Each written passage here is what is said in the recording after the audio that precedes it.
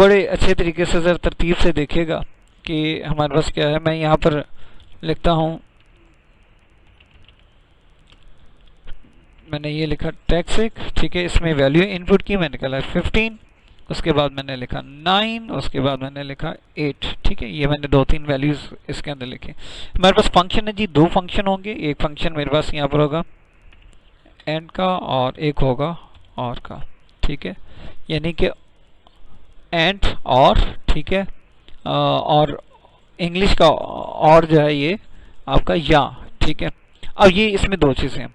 पहले है हमारे पास एंड के अंदर फंक्शंस का हम यूज़ करते हैं। एंड में क्या काम करेगा, मैंने यहाँ पर कहा equal to and bracket start, ठीक है, ब्रैकेट स्टार्ट की, और मैंने यहाँ पर रेफरेंस सेल दिया इसका A2। मैंने कहा A2 बड़ा हो A3 से, ठीक है, A2 जो बड़ा होगा A3 से, और उसके बाद मैंने कहा कॉमा A2 छोटा हो किससे, A4 से, ठीक है, ब्रैकेट को क्लोज किया। अब देखिएगा यहाँ पर ये फार्मूला ठीक है, मैंने 2 कंडीशंस यहाँ पर ट्रू होनी चाहिए, यानी कि दोनों ठीक होंगी तो ये ट्रू होगा, अदरवाइज ये फॉल्स होगा। मैंने कहा A2 बड़ा हो A3 के। यहाँ पर आकर देखें A2 में 15 है और A3 में 9 है, तो A2 जो है वो बड़ा है A3 से, ये तो बात बिल्कुल ठीक होगी, ठीक है।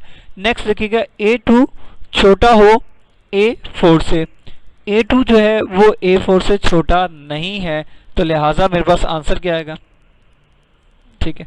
और अगर यहाँ पर मेरे पास वैल्यू 16 आ जाए तो अब क्या होगा, ठीक है, ये 15 से छोटा है तो ट्रू है, अदरवाइज फॉल्स, ठीक है। यहाँ पर ये दोनों। अच्छा, अगर यहाँ पर मेरे पास वैल्यू जो है वो मौजूद है 8 ही, ठीक है। अब मैं यहाँ पर और के बजाय एंड के बजाय, सॉरी, एंड के बजाय और को लगा लूँ, ठीक है, और एंटर करूँ। अब मेरे पास क्या आ गया, ट्रू आ गया।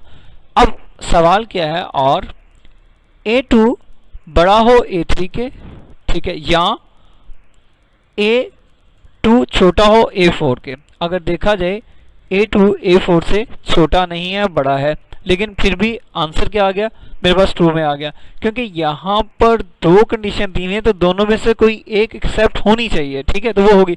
जैसे मैं ये कहता हूँ कि अगर क्लास में यहाँ पर मेरे पास 2 स्टूडेंट है, मैं क्या, अगर आप दोनों आते हैं, ठीक है, तो फिर तो क्लास होगी, ठीक है ना।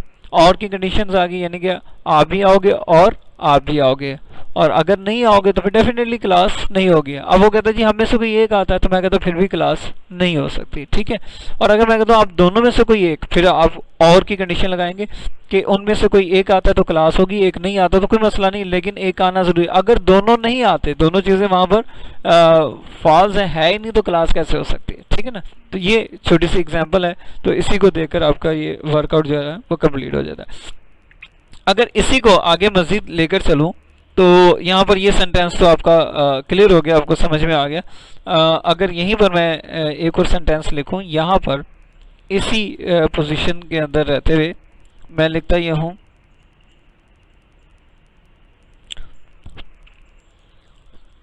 Equal to not bracket start, मैंने कहा A2 प्लस A3, ठीक है, बराबर है 24 के। मैंने एक वैल्यू दे दी, तो मेरे पास आंसर क्या आना चाहिए, फिर तो डेफिनेटली ट्रू होगा, ठीक है, ठीक है। ये क्या हो गया, फॉल्स। आपके पास नॉट लगाया हुआ है, ठीक है, सॉरी, ये याद रखिएगा। 15 प्लस 9 आंसर क्या आता है, अगर इन दोनों को 24, तो मैंने यहाँ पर नॉट का फंक्शन लगाया हुआ है, यहाँ पर मैंने इसको कि इसके बराबर होगा तो मुझे फॉल्स देगा।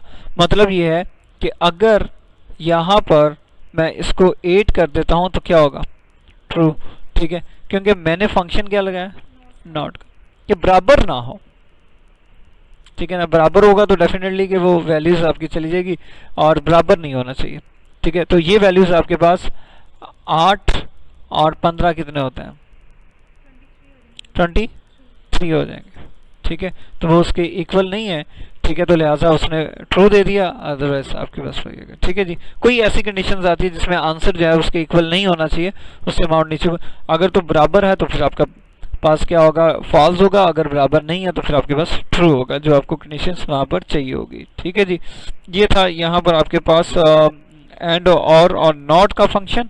और इसके बाद यहाँ पर एक और चीज़ है, मैंने आपको लास्ट टाइम इफ़ कंडीशन आपको करवाई थी, उसके बारे में बताया था, वो दो वैल्यूज़ को लेकर मैंने यहाँ पर काम करवाया था कि इफ़ ये वैल्यूज इसके बराबर हो तो ओके हो जाएगा, अगर ये इसके बराबर नहीं होगे तो नॉट ओके कर देंगे उसको। ठीक है, उसको एक बार जस्ट रिपीट कर देते हैं।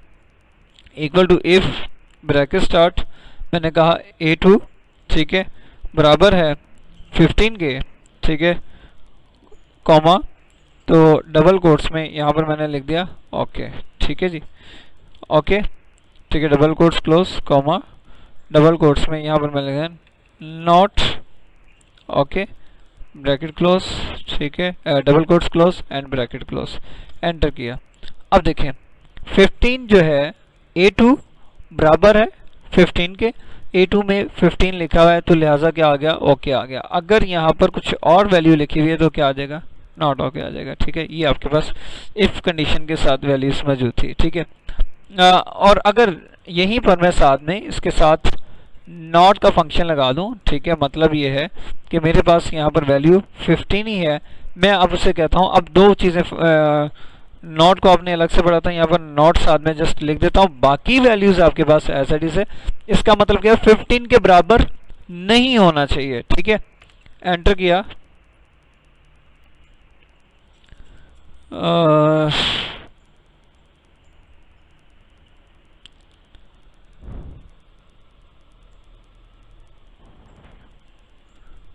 लेसन एंड इक्वल टू,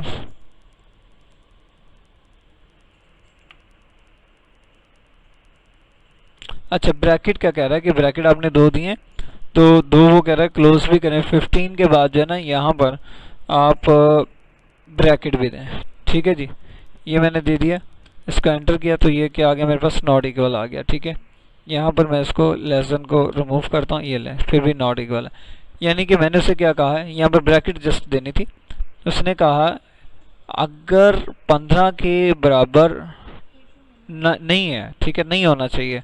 ठीक है, अगर नहीं है तो ओके आ जाएगा, अगर है तो नॉट ओके आ जाएगा। अब यहाँ पर वैल्यूज आप कर दें 14, तो अब क्या हो गया, ओके। ठीक है, क्योंकि वो 15 के बराबर नहीं है। ठीक है, ये नॉट का फंक्शन ये होगा कंडीशंस के साथ। ठीक है जी, अब इसके बाद यहाँ पर आप इसको ऐसे भी यूज़ कर सकते हो। ठीक है, इफ और एंड को मैंने कहा equal to if bracket start and bracket start A2 बड़ा है A3 से। अभी आप देखें A2 जो है A3 से बड़ा है। ठीक है, कॉमा, तो A2 छोटा हो A4 से, तो अभी देखें A2 जो है A4 से छोटा है नहीं, तो इस कंडीशन में मेरे पास आंसर क्या आना चाहिए। ठीक है, यहाँ पर मैं इस ब्रैकेट्स को क्लोज करता हूँ, कॉमा, तो अगर तो A2 A3 से बड़ा है तो और A और साथ में A2 से छोटा है तो फिर क्या होगा, ओके लिखा हुआ आएगा, अदरवाइज मेरे पास not okay and bracket close, enter किया। ठीक है, और अगर ये वैल्यूज इससे ऊपर चली गई तो फिर ओके, और इससे कम रही तो नॉट ओके। ठीक है जी, क्लियर होगी ये बात, दोनों कंडीशन है। अगर यहाँ पर वैल्यूज वैसे ही है, ठीक है, यहाँ पर और आ जाता है तो अब क्या करेगा, ठीक है, उसमें से एक चल रही है एक नहीं चल रही, उसमें दोनों ही चलनी चाहिए। ठीक है, दोनों का फिल होना ज़्यादा ज़रूरी है।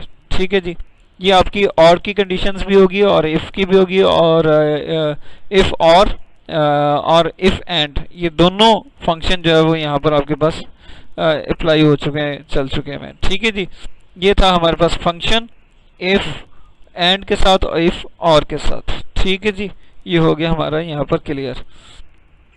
इसमें मेरा नहीं ख्याल कि कोई मसला होगा, कोई प्रॉब्लम आएगी इसके अंदर। ठीक है जी।